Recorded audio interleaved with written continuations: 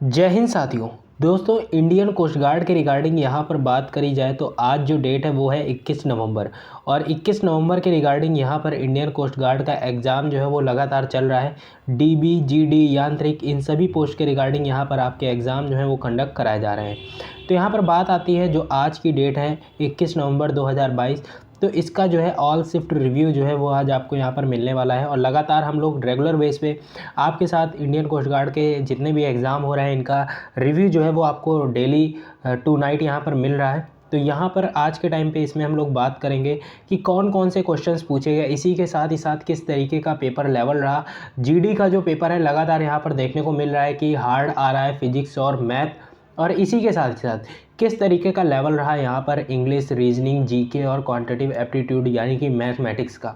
इन सभी चीज़ों को डिस्कस करेंगे आज के इस सेशन में। तो दोस्तों, मेरा नाम है आयुष तिवारी और आप देख रहे हैं कर्म अकेडमी का ये ऑफिशियल यूट्यूब चैनल, जहाँ पर आपको मिलती है इसी तरीके की गवर्नमेंट जॉब्स के रिगार्डिंग लेटेस्ट अपडेट। और मैं आपके साथ शेयर करता हूँ मंथली करंट अफेयर और जीके के रिगार्डिंग इंपॉर्टेंट सेशंस को। और प्रीवियस ईयर क्वेश्चंस की सीरीज़ जल्दी स्टार्ट होने वाला था सिनोनिम के रिगार्डिंग। तो सिनोनिम में यहाँ पर देखा कि एडेप्ट का पूछा गया था कि सिनोनिम क्या होगा। तो यहाँ पर सारी चीज़ों को मैं एक साथ क्लियर करते हुए चल रहा हूँ और आपको अगर स्क्रीनशॉट लेना है तो आप लास्ट में ले सकते हैं। तो यहाँ पर इसको मैं स्क्रॉल करता हूँ और सारे क्वेश्चंस को यहाँ पर आपको देखने को मिल जाएगा। तो सबसे पहले बात करते हैं क्वेश्चन जो पूछा गया है वो क्या पूछा गया है। तो एडेप्ट का जो है वो यहाँ पर सिनोनिम पूछा जा रहा है। तो एडेप्ट का मतलब क्या होता है? एडेप्ट का मतलब होता है, यहाँ पर एडेप्ट की बात करी जा रही है तो एडेप्ट का मतलब होता है निपुण। तो यानी कि इसको हम बोल सकते हैं सिनोनिम इसका होगा एक्सपर्ट। इसी के साथ ही साथ यहाँ पर एक्सपर्ट के अलावा आप लोग यहाँ पर लिख सकते हो स्किलफुल। अगर ये ऑप्शन में था तो आप लगा सकते हो और यहाँ पर यही जो है इसके राइट आंसर होंगे। इसके बाद दूसरे नंबर क्वेश्चन की बात करते हैं इम्बरेंस। इम्बरेंस का मतलब क्या होता है? तो इम्बरेंस की अगर बात करी जाए तो इम्बरेंस का मतलब क्या होता है? तो इम्बरेंस की बेसिकली बात करें तो यहाँ पर इम्बरेंस जो है इसका मतलब होता है यहाँ पर होल्ड, यानी कि किसी चीज़ को पकड़ना। तो होल्ड भी हो सकता है, ह्यूज भी होगा, कडल भी होगा, ये इसके सिनोनिम है। इसके बाद बात करते हैं ब्रीज। तो ब्रीज का मतलब क्या होता है? तो ब्रीज का मतलब होता है यहाँ पर इसका जो सिनोनिम आपका यहाँ पर रहने वाला है एयर हो सकता है, करंट हो सकता है। और इसी के साथ ही साथ यहाँ पर आगे हम लोग बात करते हैं नेक्स्ट जो है एंटोनियम की। तो एंटोनियम में क्या क्या है? तो एंटोनियम की अगर बेसिकली बात करी जाए तो एंटोनियम यहाँ पर पूछा गया है एम्पैथी का। तो काफ़ी लोग ये क्वेश्चन कर रहे थे कि एम्पैथी का जो है वो यहाँ पर एंटोनियम क्या होगा। तो देखिए, एम्पैथी की अगर बात करी जाए तो एम्पैथी में क्या क्या चीज़ें आएंगी। तो सबसे पहले एम्पैथी का मतलब क्या होता है? तो एम्पैथी की अगर बात करी जाए तो एम्पैथी का मतलब यहाँ पर क्या होता है? इम्पैथी का मतलब होता है घृणित। तो यहाँ पर एंटोनियम पूछा जा रहा है तो इम्पैथी जो है वो पसंदीदा में आएगी और इसका जो एंटोनियम होगा वो यहाँ पर क्या होगा? तो यहाँ पर होगा हेट्रेड। क्या होगा? हेट्रेड। ठीक है। और इसके बाद आगे हम लोग बात करते हैं और इसका सिनोनिम क्या हो सकता है? इंडिफरेंस हो सकता है। तो घृणित से रिलेटेड आपको यहाँ पर इसके एंटोनियम जो है वो आपको लिखने हैं। इसके बाद इंडिफरेंस हो गया और इसके साथ साथ डिसयूनिटी, ये भी आपका क्या होगा? ये भी आपका एम्पैथी के अंतर्गत आएगा, ये इसके एंटोनियम रहने वाले हैं। कंडीशन का क्या होगा? तो कंडीशन का यहाँ पर बात करें, कंडीशन का मतलब होता है शर्त। और कंडीशन के एंटोनियम की बात करें तो यहाँ पर क्या क्या हो सकता है? डिसऑर्डर हो सकता है, डिसरिपेयर हो सकता है। तो ये जो है आपके यहाँ पर एंटोनियम इसके रिगार्डिंग रहने वाले हैं।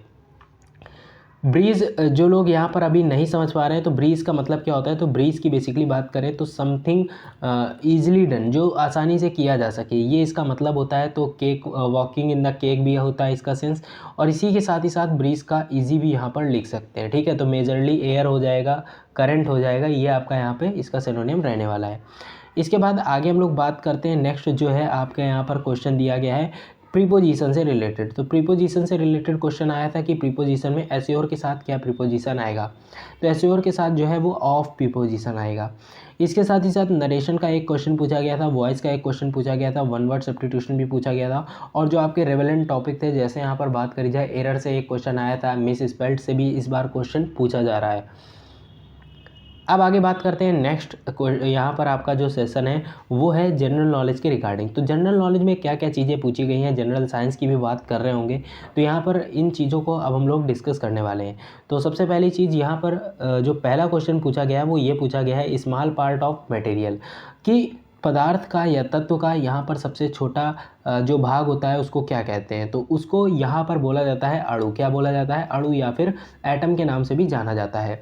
इसके बाद बात करते हैं व्हाट डिड हैंग्ड, यहाँ पर when did hanged Bhagat Singh आज़ाद। तो यहाँ पर बेसिकली बात करें तो भगत सिंह जी को फांसी कब दी गई थी, ये भी क्वेश्चन पूछा गया है आपके शिफ्ट में। काफ़ी रेवेलेंट क्वेश्चन है, ये भी रेयरली आपके एग्जाम में यहाँ पर पूछा जा रहा है। तो 23 मार्च, यहाँ पर 23 मार्च आपको डेट अगर दी गई हो तो डेट आपकी 23 मार्च रहने वाली है और ईयर जो है 1931 रहने वाला है। इसके बाद पूछा गया है डायमेंशन ऑफ डिस्प्लेसमेंट, यानी कि विस्थापन की विमा क्या होगी। तो विस्थापन की अगर विमा की बात करें तो विस्थापन की विमा क्या होगी, तो यहाँ पर विस्थापन की विमा होगी M0L1 और T0, ये आपकी विमा होने वाली है। इसके बाद पूछा गया what is the position of India in farming crop.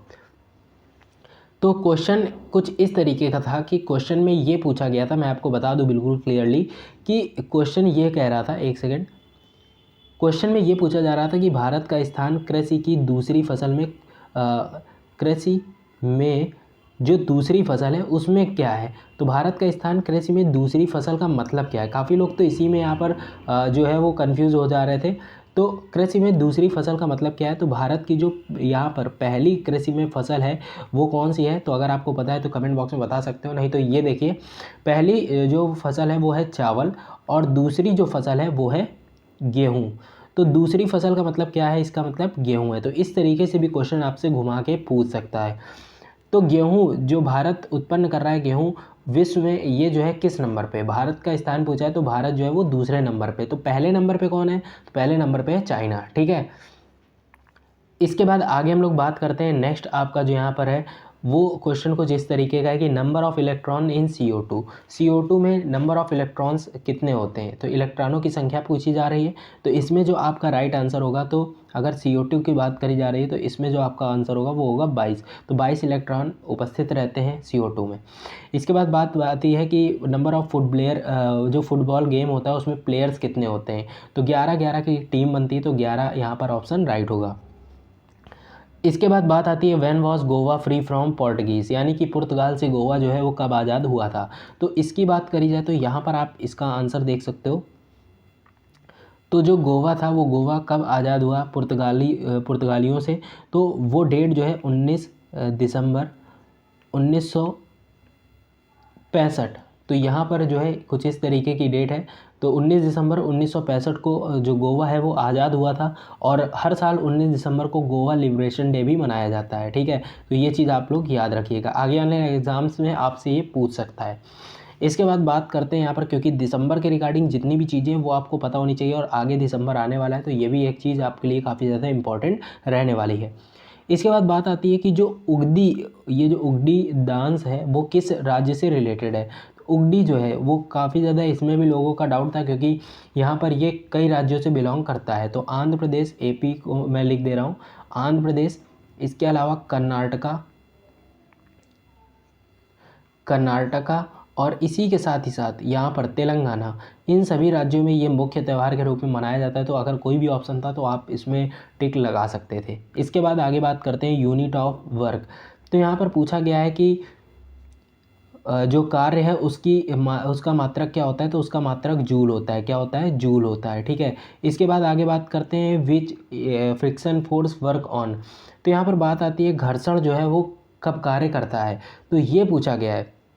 और किस में कार्य करता है ये भी मैं आपको बता देता हूँ। तो जो घर्षण होता है, तो घर्षण की अगर बात करी जाए तो घर्षण क्या होता है, जैसे मान लो ये आपका एक तरीके से सरफेस है, एक सतह है जहाँ पर ये जो है एक ऑब्जेक्ट रखा है, एक यहाँ पे वस्तु रखी है और अगर इसको यहाँ से धक्का दिया जाए तो ये नीचे गिरेगी, लेकिन इसका एक विरोध करेगा, एक गति जो विरोध करती है उसी को हम यहाँ पर क्या बोलते हैं, घर्षण बोलते हैं, फ्रिक्शन बोलते हैं। तो घिसाव जो होता है, आप देखते होंगे अगर किसी ढलान वाली जगह से अगर कोई वस्तु को छोड़ा जाए तो वो घिसते हुए आती है। तो यही जो घिसते हुए यहाँ पर आपको चीज़ें दिखती हैं, यही मूवमेंट जो होता है यही आपका घर्षण कहलाता है, ठीक है। तो घर्षण कुछ इस तरीके का होता है। तो आपका अगर वहाँ पे ऑप्शन दिया था कि ढलान से फेंकी गई कोई वस्तु, तो उसमें भी घर्षण उत्पन्न होता है जो कि अपने सापेक्ष जो भी गति होती है उसका विरोध करती है। इसके बाद आगे हम लोग बात करते हैं नेक्स्ट, ये काफ़ी ज़्यादा इंपॉर्टेंट क्वेश्चन पूछा गया था आपका रिवर और डैम के रिगार्डिंग। तो यहाँ पर क्वेश्चन क्या पूछा गया, क्वेश्चन ये पूछा गया था कि ऐसी यहाँ पर उस नदी का नाम क्या है जिस पर हीराकुंड बांध जो है वो बना हुआ है, तो उस नदी का नाम बताना था। तो उस नदी का नाम क्या है, आपने अगर क्वेश्चन किया है तो आप बता सकते हैं। तो दोस्तों उस नदी का नाम क्या है, तो उसका नाम है महानदी। महानदी पर हीराकुंड बांध जो है वो बना हुआ है। इसके बाद आगे हम लोग बात करते हैं। एक चीज़ मैं आपको बता दूं, कल भी यहाँ पर डांस से रिलेटेड क्वेश्चन पूछा जा रहा था, और कल का जो डांस का रिलेटेड क्वेश्चन था उसका क्या पूछा गया था, वो पूछा गया था कि कुचिपुड़ी डांस जो है वो किस राज्य से रिलेटेड है। तो इसी तरीके से डांस वाले क्वेश्चंस आपके हर एग्ज़ाम में पूछे जा रहे हैं। इसके बाद नेक्स्ट क्वेश्चन आता है कि what is who is the author of let's किल गांधी। तो लेट्स किल गांधी नामक ये जो पुस्तक है ये किसने लिखी है, तो ये जो पुस्तक है ये किसने लिखी है, तो इसके जो राइटर है वो है तुषार गांधी। कौन है, तुषार गांधी। तो तुषार गांधी आप सिंपल याद रखने के लिए ये कर सकते हैं कि गांधी जी की जो बुक है उसको, जो लेट्स किल गांधी जी की बुक है वो जो है यहाँ पर तुषार गांधी ने लिखी है। गांधी गांधी इक्वल है ना, तो उसको कॉमन करके आप याद रख सकते हैं। इसके बाद नेक्स्ट क्वेश्चन आता है कि what is called outermost of layer of the sun, यानी कि सूर्य के जो बाहरी भाग की परत होती है उसको क्या बोला जाता है। तो सूर्य के जो बाहरी भाग की परत होती है उसको क्या बोलते हैं, उसको कोरोना बोलते हैं। क्या बोलते हैं, कोरोना, या फिर सूर्य किरीट के नाम से भी जाना जाता है। ये वो वाला कोरोना नहीं है जो आप वायरस समझ रहे हो, ये सूर्य के ऊपर की जो लेयर होती है उसको बोला जाता है कोरोना, या फिर सूर्य किरीट के नाम से जाना जाता है। इसके बाद आगे जो आपका क्वांटिटिव एप्टीट्यूड था, यानी कि अंक गणित था, उसमें जो है हर टॉपिक से एक एक क्वेश्चन पूछा जा रहा था। अब क्वेश्चन जो है वो मैं आपको अगर डिस्कस करूँगा तो यहाँ पर जो सेशन है काफ़ी ज़्यादा लॉन्ग हो जाएगा। और इसके साथ ही साथ एक मिस्टेक और हो रही है कि आप लोग एग्ज़ाम देकर आते हो और आप अपने क्वेश्चंस को बिल्कुल भी शेयर नहीं करते हो, जबकि मैंने आपको बता रखा है कि हमारे फेसबुक, इंस्टाग्राम, ट्विटर, टेलीग्राम कहीं पर भी आप क्वेश्चन शेयर कर सकते हो। यूट्यूब के कमेंट सेक्शन में भी मैं रेगुलर पोस्ट लगा रहा हूँ, तो आप उसमें भी कमेंट बॉक्स में कमेंट कर सकते हो, ताकि मैं आपको रियल और जेन्युइन फीडबैक दे सकूँ। और यहाँ पर कोई भी प्रिडिक्टेड क्वेश्चन नहीं होता है कि ये आया है या फिर नहीं। जितने क्वेश्चन बताए हैं ये आप खुद ही चेक कर सकते हो, जो एग्ज़ाम देकर आ रहे हैं वो खुद ही बताएंगे कि ये क्वेश्चन पूछे जा रहे हैं या फिर नहीं। तो अगर आपका आगे आने वाले किसी भी टाइम में अगर आप कोई भी एग्ज़ाम दे रहे हो तो आप मेरे साथ क्वेश्चंस को शेयर कर सकते हो, चाहे भले आप यहाँ पर एसएससी का पेपर दे रहे हो या फिर डिफेंस का पेपर दे रहे हो या फिर बैंक का पेपर दे रहे हो, तो आप मेरे साथ क्वेश्चंस को शेयर कर सकते हो ज़रूर से ज़रूर। और ये हमेशा के लिए है, ऐसा नहीं कि मैं आज के इन सेशंस में कह रहा हूँ कि कोस्ट गार्ड का एग्ज़ाम चल रहा है ताकि मुझको क्वेश्चंस मिल जाए, ऐसा नहीं है।